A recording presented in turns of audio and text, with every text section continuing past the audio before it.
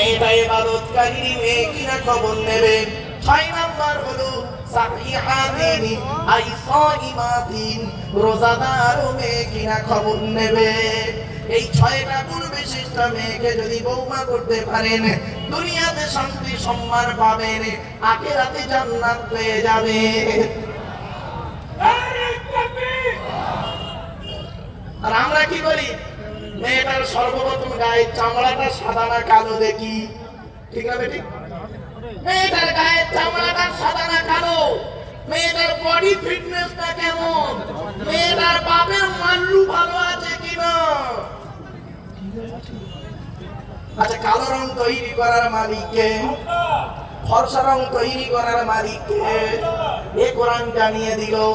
ومن آياته خلق السماوات والأرض واختلاف ألسنتكم وألوانكم। 21 নম্বর পারার 5 নম্বর পৃষ্ঠার একেবারে 9 নম্বর লাইন, সূরার নাম সূরা রুমের মধ্যে আল্লাহ জানিয়ে দিলেন, ওরে দুনিয়ার মানুষ শোন, আমার নিদর্শনের মধ্য থেকে দুটো নিদর্শন হলো কি? 1 নম্বর তোদের মুখের ভাষাটা আমি আল্লাহ আলাদা করেছি, 2 নম্বর তোদের গায়ের রংটাও আমি আল্লাহ আলাদা করেছি।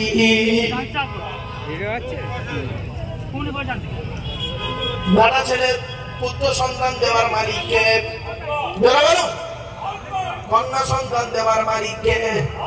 তা কন্যা সন্তান যদি আল্লাহ দেওয়ার মালিক হলো, কন্যা সন্তান দেওয়ার মালিক যদি আল্লাহ হলো, তাহলে একটা বৌমার 6টা কন্যা সন্তান হলে তাকে কেন গালি গালাজ করেন আপনারা?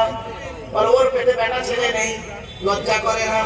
এই কোরআন জানিয়ে দিয়েছে, এই কোরআনে আল্লাহ বলেছে, আমি বলে দিই বাপ, লিল্লাহি মুলকুস সামাওয়াতি ওয়াল আরদি لله ملك السماوات والأرض يخلق ما يشاء يهب لمن يشاء إناثا ويهب لمن يشاء الذكور أو يزوجهم ذكرانا وإناثا ويجعل من يشاء عقيما।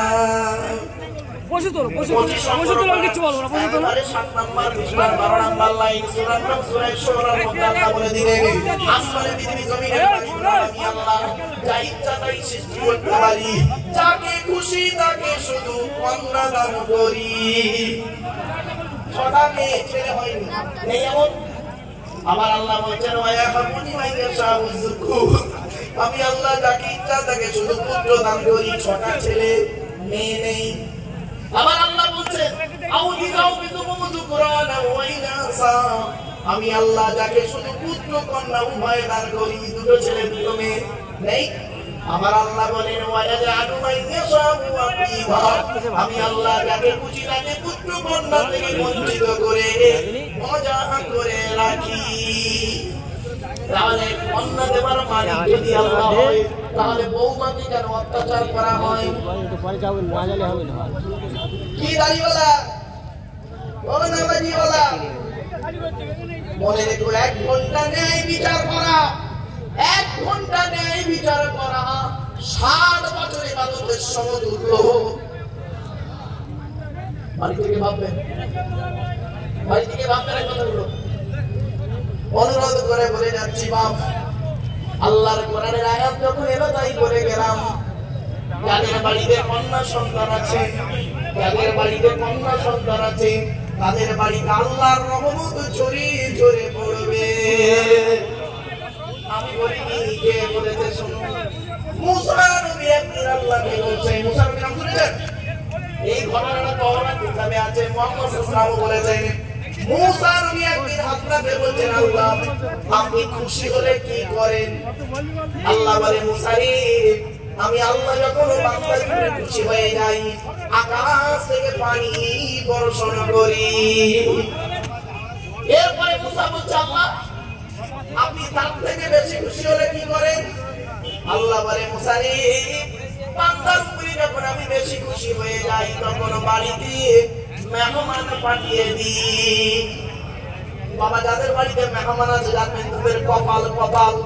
আর অনেকে কি করে, মেহমানের মুখটা বেঁকে যায়। আল্লাহ নবী বলেছেন, মান কানা ইউমিনু বিল্লাহি ওয়াল ইয়াউমিল আখির ফালা অসুবিধা হচ্ছে আপনাদের?